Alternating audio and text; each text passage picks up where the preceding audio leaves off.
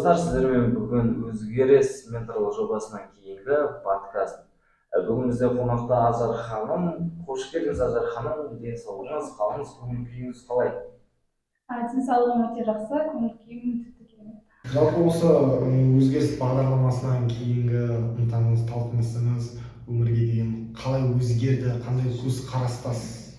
Жалпы өзгеріс менторлық бағдарламасы бізде өте жоғары деңгейде өтті. Өзгеріс менторлық бағдарламасынан кейін қатысушылар ғана емес, ұйымдастырушылар да барлығы жақсы жаққа өзгерді деген ойдамын.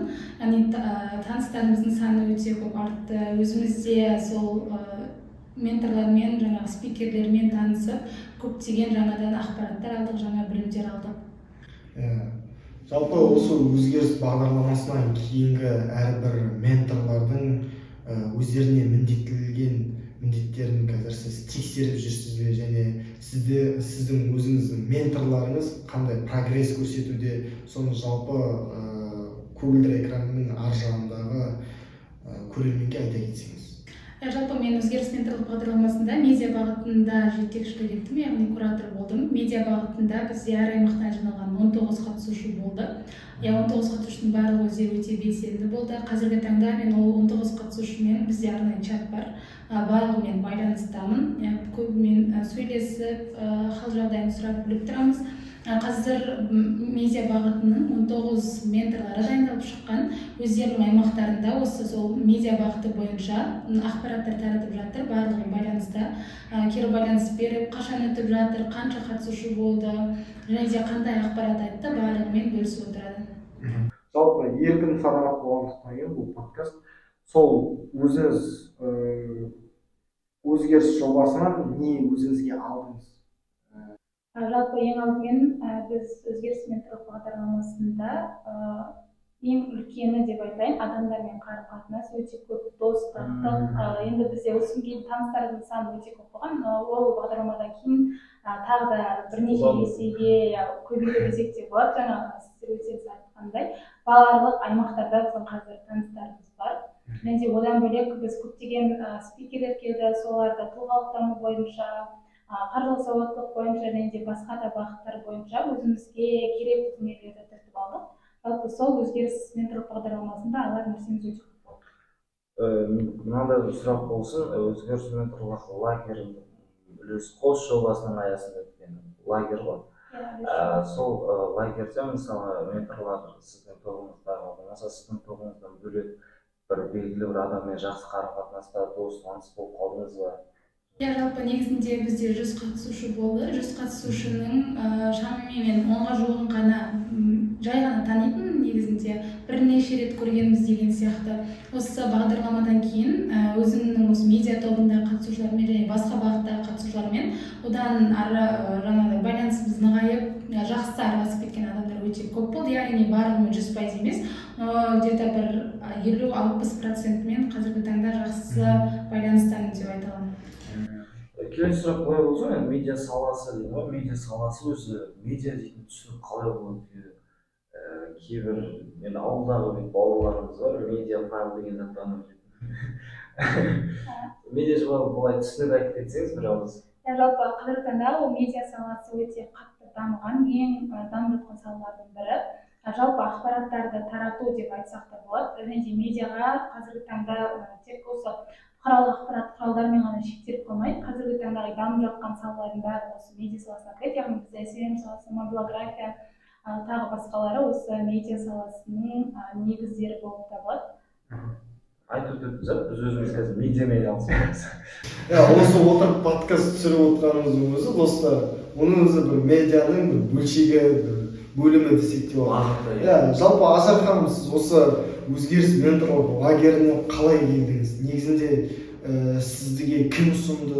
Қалай біздің білуіміз бойынша сіз Алматы Жастар Альянсының білдей бір мүшесісіз. Жалпы бізде Алматы студенттер альянсына мен келгенде өте көп болған жоқ. Осы 2023 жылдың сәуір-мамыр айларынан бастап қосылдым осы үлес жобасының негізінде. Ең алдымен мен бұл жаққа бізде Алматы студенттер альянсында Олжас болған. Олжас шақырды, содан соң Жұлдыз Әлбісейітқызы шақырды. одан кейін мен өзімде қатты қызығушылық болды. Негізінде бұрын бакалаврда оқып жүрген кезде қатты осы Алматы студенттер альянсының өткізіп жүрген жобаларына қызығатынмын. Мен де осы организатор болсам екен, ұйымдастырушы болсам екен деген сияқты. Сосын мен де қатысып көрмеске деп. Әрине енді ол кісілер шақырғанмен мен өзімде де қатыссам болады ма ұйымдастырушы ретінде деген сияқты өзімде де ұсыныс болды. Сосын ол кісілер қабылдады. Қазір уже сәуір айынан бастап жұмыс жасап келе жатырмыз. Барлығы өте күшті. Үлес қос менторлық лагерінде мысалы біз енді әлі ешкімнен сұрамаппыз осы неше жоба ментор дейтін сөз не білдіреді, қандай мағына білдіреді. Может сол менторлар өздері білмей қалған шығар, біз ментормыз ол не екенін білмей жүрген. Осы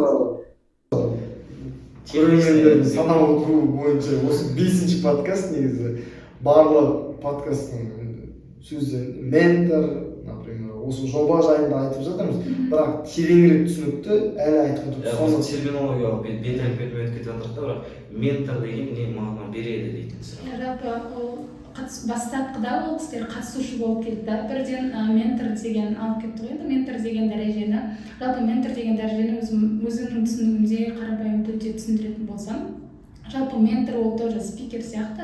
Яғни белгілі бір салада сіз менторсыз, мысалға сіздер қай бағытта оқисыздар? Мамандық дейсіз. Архитектура деп алатын болсақ, сіз архитектура саласында менторсыз өзіңізден кейін бір адамға бағыт бағдар бере аласыз, яғни сол сала бойынша. Мысалы бізде медиа бағытында дайындалған менторлар ертең өздерінің артынан барлығы кем дегенде 50-100 адам аралығында адамдарға осы ақпарат беру керек медиа бағыты бойынша, яғни олар ментор ретінде сол өзінің бағыты бойынша бағыт бағдар береді. Алған білімді белгілі бір адамдарға тарататын адамды ментор деп айтамыз. Алған білім емес, жалпы өзінің саласы бойынша, яғни белгілі дәрежеге жетіп әрі қарай сол тарата алатын, жеткізе алатын адам. Менің түсінігімде ол дейді. Оңай емес адам десеңізші. Мына медиа бағыты бойынша сіз куратор болдыңыз, енді куратор болып қалмай бірге қатысушылармен бірге білім алдыңыз ғой. И былай сіздің өміріңізде бір Инстаграм парақшаңызда болмаса өзгеріс енді ма әлде? Жоқ, негізінде мен білім алдым. Маған өте пайдалы болды осы медиа бағыты бойынша. Бізде медиа бағыты бойынша Дина Ораз ханым сабақ берген болатын. Ол кісі өте мықты медиа саласында қазіргі таңда өзінің орны бар деп айтсақ болады. Астана қаласында жұмыс жасайды.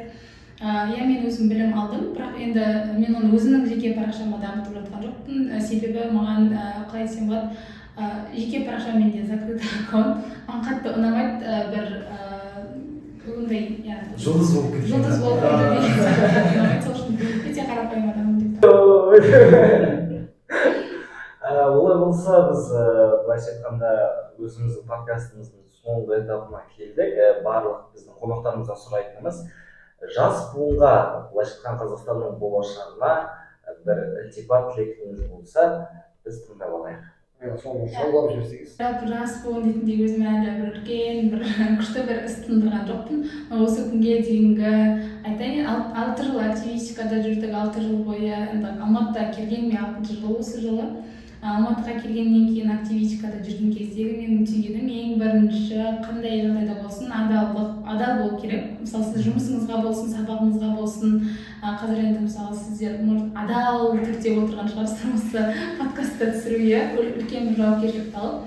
Ең бірінші адал болу керек, қандай істі бастамас бұрын, одан кейін жауапкершілік өте жоғары болу керек. Және де кез келген істі бастаған кезде сол іске деген жанашырлық болу керек. Және де сіздер ойламаңыздар бір сонша біз еңбектенеміз, еңбегіміз ақталмайды деген сияқты. Еңбек ешқашан еш кетпейді, жоқ сіздерге жалпы еңбек ешқашан еш кетпейді, әрдайым ақталады. Сондықтан қандай да бір істі жасамас бұрын жаңағы 3 нәрсені ұмытып кетпеңіздер: адалдық, жауапкершілік және де жанашырлық.